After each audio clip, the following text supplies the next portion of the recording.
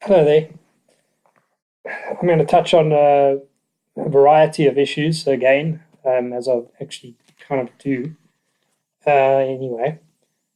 And I'd just like to kind of go back into, timeline, of our kind of gradual and now quite steepening decline. And it is something that needs to be investigated and looked at. And I don't have a full grasp on all of those things. I don't think anybody could. Obviously, there's people who have vast reams of information from the past. That's why I would suggest again people like Dr. Peter Hammond, E. Michael Jones, and people who are on top of where things are heading or where things are unfair and completely unjust. Andrew Carrington Hitchcock. All of these people are available resources. All this hoo-ha about internet being shut down and censorship and all this kind of stuff. Well, you can still they're still there. You can still get the information. But when I look at timeline and I think of when did my grandparents' generation, when did the banks start disrespecting us so much? Where my grandfather walked into a bank and it was, hello, Mr. So and so, how are you? And you dealt with a personal bank manager and there was much more politeness and decency. Whereas now we have poor people in South Africa, getting a bank account and getting charged every time they withdraw money on a, 400 Rand a week salary. So when they come to draw, the last $100, they can't understand why they can't get it. A lot of these people are poor. I'm looking at the absolute worst case scenario, the lowest common denominator of what the banking system does to people. So there are these bank charges, and then on the other hand, there's other things that are not banking related, but actually they probably are.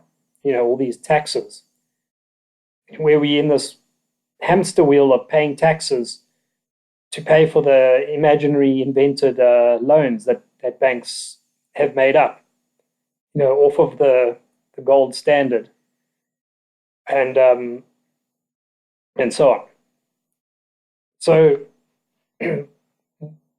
where did this break down from us going from being able to walk into the bank, not having to be harassed for all sorts of information about who you are, basically as much as like difficulty as basically getting the nuclear codes. In fact, I think that would be quite a lot easier, to launch a nuclear a nuclear bomb. I don't know if you've ever watched those movies.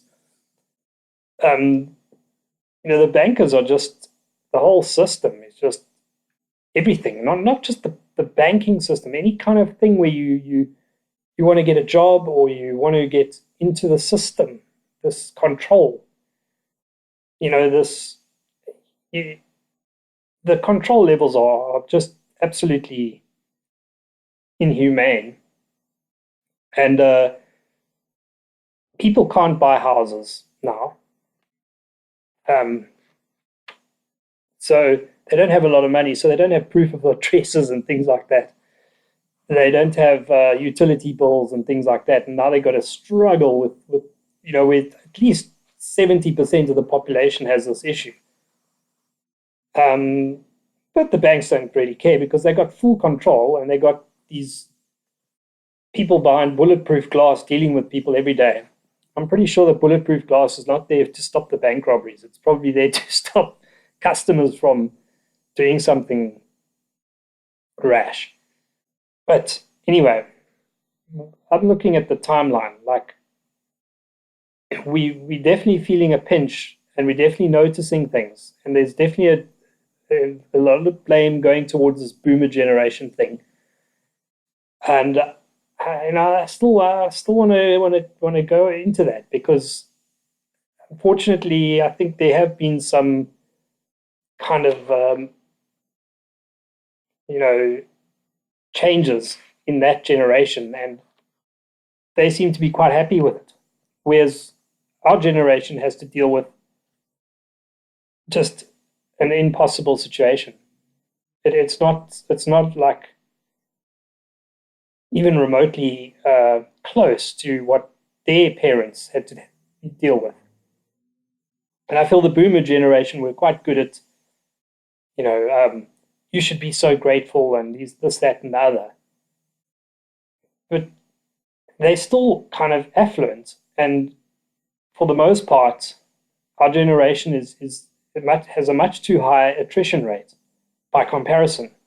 You got to look at the attrition rate. You can't just go, well, that Gen X is so rich and that millennial, he's cooking on gas, making a lot of money, he's got a great career. No, you got to look at the attrition rate.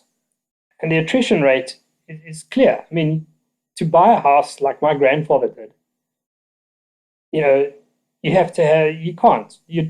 Two of you now put together, the wife and the husband would just afford a flat. So, it's complicated, but one always sees the boomers getting all romantic and misty-eyed about the bloody Woodstock, and every generation has that time where they got immense energy, and you're in your 20s, and from 18 to 25 or even 27, you're unstoppable. And they shot their load on, I don't want to swear again, on this hippie thing, and dropping acid and free love and no more wars. But the no more wars has never really actually happened. But anyway, all the other stuff that the sexual revolution basically kicked off there as well, Um, but this whole utopia ideology of theirs, and free love and peace, and that was their revolution. They wasted that energy on that. And we now in a situation where they missed something must have been missed. Something must have been missed.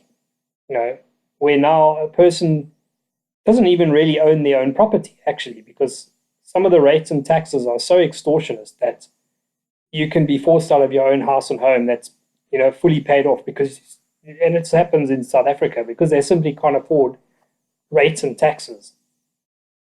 Now, I'm pretty sure in my grandfather's days, rates and taxes was a nominal fee.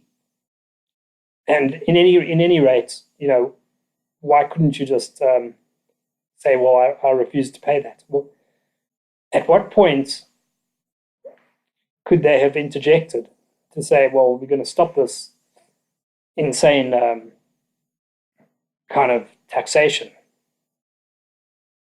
But one just feels in general that the reality, the consequences of these free love and the whole world must learn to love one another and multiculturalism kind of kicked off by them, but was lived by millennials and Gen Xers, especially in South Africa. It went from, for a Generation X, if you matriculated from school in 1992, you instantaneously had a 180-degree turn of how they lived their lives. I've never seen anything more stark in my life. But for them, the champagne parties continued. They really did. The dread and the fear, they had their jobs, they had their setup already. Immediately, Mandela in 1994 started talking about affirmative action straight off the bat. It didn't even give you a chance to kind of prepare as a young person. A lot of them just said, well, we're going overseas, and they never came back in South Africa. So I think in that respect, it's probably a little bit more acute, the boomer generation kind of betrayal. It is kind of a betrayal, because I see that still they got the CEO positions, and they supporting triple BEE or and they're supporting. Okay, they have to do that legally, but then they have all these kind of charity things which the company will sponsor. Poor blacks, but they specify a race now, so it's poor black empowerment type of with a sport or with schooling or whatever.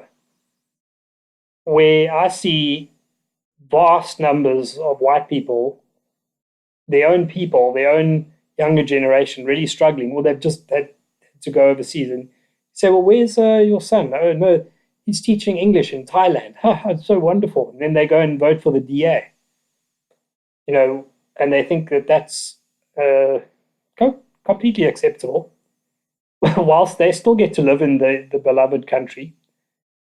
And so things are a little bit, more kind of acute in that sense. But it has happened in America too, in a sense, and in the UK to a slightly lesser degree. Where there's this kind of feeling that the boomers just, allowed this kind of betrayal to go on. Now, if you want to get a kind of grip on it in a metaphorical sense, watch a movie called There Will Be Blood. Um, where this guy Eli, who's meant to be a Christian, but they slate his character, of course, because it's a Hollywood movie. And then William, what was his name? I forget his name. The main character is an oil man, kind of represents the globalist capitalists, banksters, I would say, more than the oil man. But anyway, he's represented as an industrialist oil man, and this Eli has a farm which has oil on it, and he's trying to sell it, but he's got a high price because he knows there's lots of oil. But this oil man, he just swindles him. He completely, um, you know, basically sucks his oil out somehow from his land, but from remote land, like because oil wells can tap into to it from quite a distance away. Anyway, that kind of represented this boomer generation struggle with Eli, who's supposed to probably represent us. And it wasn't done favorably for us. Believe me, it's a Hollywood film. You've got to understand. They're not going to put this guy in a good light. But it kind of gives you an idea of, and then at the very, very end of the film, this guy, this son of the farmer, who he was enraged by his father, who, could have, negotiated much better with this oil man, and it was just weak negotiation, didn't care about the future, I suppose. He could be seen in that light, and didn't care about his son's future and his son's ambitions. So I warn you again, it's very anti-Christian, and they've slated this guy's character. But there's a little message in there. So a film called There Will Be Blood, with Daniel Day-Lewis is the lead character. He plays the oil man, brilliantly acted. Um, it's actually a brilliant film, a bit dark, but it's intense. It's good acting. It's quite wise. Anyway, another problem with that is this, cuckold Christianity that is basically where, the cuckoo bird, cuckoo Christianity, the cuckoo bird has pushed the warbler bird's own eggs out of the nest, and when he was off getting some food, left its own eggs in there. They're massive. They're twice the size of the warbler's birds. They're voracious appetites. They're much louder, much bigger. They're just about breaking the nest. I mean, if you've ever seen wildlife videos on this, it's quite astonishing. And this is like this cuckold Christianity where the forces that need to actually be helping, you know, the us, if your own people, your neighbor, your family, your nation, your race, your tribe. It's been all just outsourced to everywhere else through the church.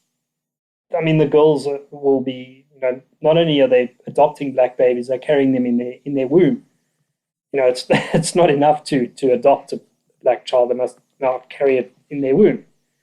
It's like to the nth degree. It's to such a high level that I don't even get angry. I'm just anymore. I just say it as it is. I say what I see, and then that's what you see. But you know, this is what cuckold Christianity is, cuckoo Christianity, and quite honestly, it doesn't really make sense at all. How it's just being tolerated and tolerated and tolerated, and nobody can say anything because it's such sensitive issues, and there's virtually nowhere really to go as a Christian straight white male if you want to continue your line as such. There's nowhere. They've like once those churches are gone down that road, you can be rest assured that the secular societies, going to be doing virtually the same thing. Um, I don't know who copies who anymore. It's kind of, getting a bit blurry in those lines. But I mean, the cuckoo bird is a very good analogy because you've got this bird raising this other bird's chicks perfectly, and his chicks are lying there on the ground dead. They're kicked out of the nest. Or I think the invasive birds actually push the um, the eggs of the warbler bird out actually, and they have an instinct to do this. As they can virtually not even see, but they're pushing with their legs, and it pushes them out. That's kind of exactly what's happening. And the cuckold generation, the boomer generation, are coming back with loads and loads of food. They're working double time, overtime, to feed these things. So eventually, the warbler bird it's got no chance. That parents that generation of warbler bird dies off, and the chicks are already famished and they're dead. So it's a thing about resources, and I've seen where the resources are going. The wealthiest boomers of South Africa, what they support, fund, their sphere of influence, everything. You know, and I don't have to feel guilty about accusing other people. They say Satan's the accuser or whatever. Well, maybe, but it just is. The boomer generation has got a lot to answer for in terms of that, and they're not even thinking of a radical change. You know, at all. The most you ever got from that generation was, oh, we can give you a job, and then you get a job at like market rates, and that's it. But if they don't understand that market rates, you're never going to be able to buy a house. And there's no more of this. Well, we're really going to help you now. It's just like expecting you to survive and in an untenable situation with the market rates, but lowest entry level job possible. There's not really this kind of, hey, this is family now. This is like we're going to make sure this guy makes it. It's just, but when you see what they do have funds for and what they do support, it's like night and day. You know, issuing bursaries and this, that, and the other, full bursaries at universities for black empowerment and upliftment. It's positive discrimination, basically. And quite honestly, I don't see it any kind of change from those people, because they're actually not affected by these things. Their sons and daughters are obedient, and they're compliant to some degree, and off they go to, travel the world and with a university degree and end up teaching English in Thailand, something to that effect, or struggling in the markets of London trying to apply their trade. It's even worse if they don't have, formal sector university degrees. It's even more extreme. And it also calls into question loyalty. What about loyalty? That's also a required factor. Is it too much to ask for loyalty? But it doesn't seem to matter.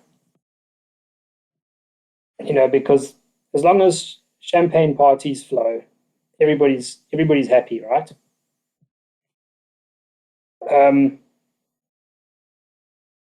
Yeah, another thing that's separate subject. There's where did our and books that we used to read, where did it all change? Because when I was at school already, they were teaching the French Revolution, almost as like a positive thing. It was like, I don't know, it was the biggest bloodshed ever, but they didn't teach it in kind of the right way as a warning. It should have been a warning, actually, rather than any kind of ever seen it as any kind of positive thing. Terms like egalitarian and that kind of thing are the terms that they would use. About 30,000 heads got chopped off, and as it turns out, the French king and queen the queen may not have said, Marie Antoinette may not have said, let them eat cake. That may have been propaganda, which actually made quite a lot of sense. Because what would anger a hungry, starving crowd? But then again, we also see, how often do hungry, starving people really rise up? Because hungry, starving people don't have resources to rise up. So I always question these kind of uprisings. The French Revolution, for one, and any kind of uprising. Starving. I mean, you look at the EFF. Red berets of South Africa. There's a lot of Teletubbies there, and that tells you something. They're well fed. They've got money coming in from somewhere. Don't believe this crap of the poor just rise up and it's funded. You've got a hell of a lot more energy when you fund it. Napoleon marched his army because he fed them bloody well. That made all the difference. They could march 100 kilometers because they ate well. The British army probably not so well, or the opposing armies probably not so well. So that's why they were successful. It's a reason, a part of a reason. But I think that we've lost touch with literature, because already Charles Dickens, Tale of Two Cities, kind of should have been a warning sign, and that should have gone along with the teaching of the French Revolution as a set work book for high school. And also another set work book should have been Animal Farm, explained in the right way, not the way that most people understand it who watched it in primary school, where it's so, revolution is good, but when it's done badly, it's bad. If you know what I mean. Like the farmers were killing the animals, so the animals had to rebel. So that was good, but then they got greedy. That's where it all went wrong. No, that's not what it means. So there needs to be like kind of lessons on these things, and also more recent literature, The Witches. Where Charles Roald Dahl speaks about. I think he has a dig at a couple of little things in The Witches. The speaking about them, the English witches being the most vicious. And if you look at feminism in the English world, it came from the English world mainly. The feminist movement, that anti-male type of rip your bra off, shout and scream obscenities. It came from from the English-speaking feminist. Um, so he has quite a comical dig at them mentioning that the English witch could be the most vicious of all, and also mentions their magic money-making machine, etc., etc. Anyway, I'm going to leave it at that, and I'll catch you again.